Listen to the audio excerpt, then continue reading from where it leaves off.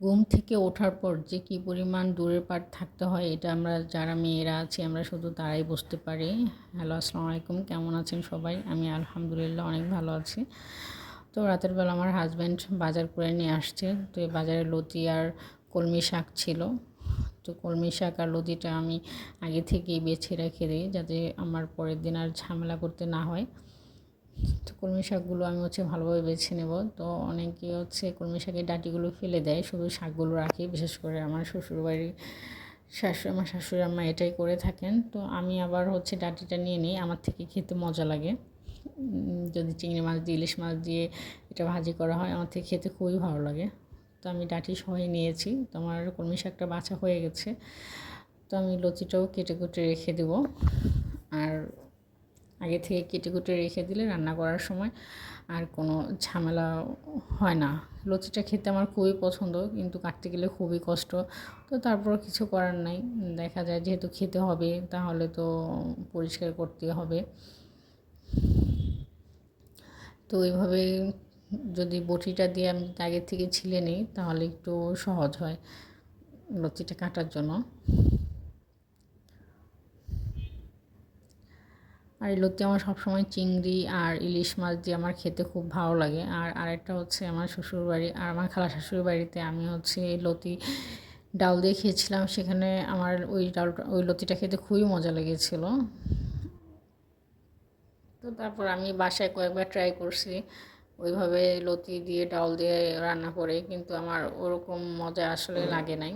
আবার আমার নানি শাশুড়ি ওনাকে দেখেছিলাম সরিষা দিয়ে লতি রান্না করে, তো ওইটাও খুব মজার হয়। তো আমার ওগুলো কাটাকুটি হয়ে গেছে। এখন আমি ফলগুলো পরিষ্কার করে রেখে দেব। ফলের ভিতর আপেল আর আঙুরটা নিয়ে এসেছিলো, সেটা আমি এখন পানিতে ভিজিয়ে রেখেছি যেহেতু বাচ্চারা খাবে। তো এর মধ্যে আমি ফ্রিজ থেকে মুরগি কাটা নিয়ে এসেছিলো, সেটা আমি ভিজিয়ে রেখে দিলাম। আর আমার ফলটা অনেকক্ষণ ভিজানো ছিল, তাই এখন আমি এটা ধুয়ে ভালো করে পরিষ্কার করে তারপর পানিটা ঝরার জন্য একটা ঝুড়িতে রেখে দিলাম।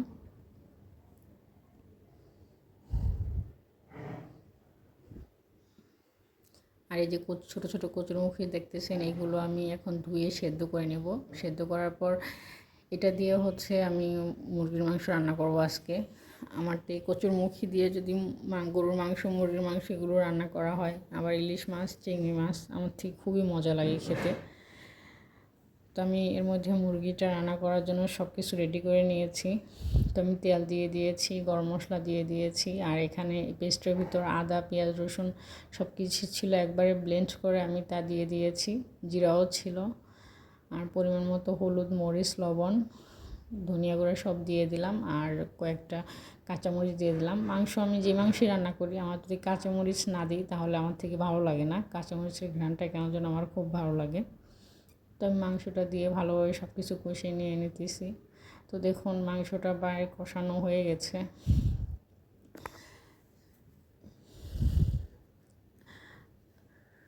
ঢাকনা দিয়ে কিছুক্ষণ রেখে দিলে মাংসটার ভিতরে মশলাটা ভালোভাবে ঢোকে। তো একটা আমি আলু কেটে রেখেছিলাম, সেই আলুটা দিয়ে দিলাম। তো আলুটা দিয়ে আবার ভালোভাবে একটু নাড়াচাড়া করে আমি আবার কিছুক্ষণ ঢাকনা দিয়ে রেখে দিব। আর এর মধ্যে কচুরমুখীগুলো সেদ্ধ করা সেটা আমি ছিলে রেখেছিলাম, সেটা আমি মুরগির মাংস তরকারি দিয়ে দিলাম। এখন ওইটা কতক্ষণ দিয়ে আমি আরও কিছুক্ষণ রাখবো।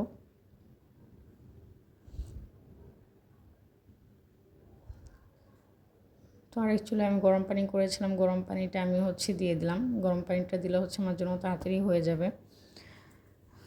তো আমি রান্নাবান্না যেটাই করি সেটাই একটু তাড়াতাড়ি করার চেষ্টা করি। দেখা যায় যে নাহলে আমার সব কিছু পেরে ওঠে না। তো আজকের মতো এই পর্যন্তই। আল্লাহ হাফেজ, সবাই ভালো থাকবেন।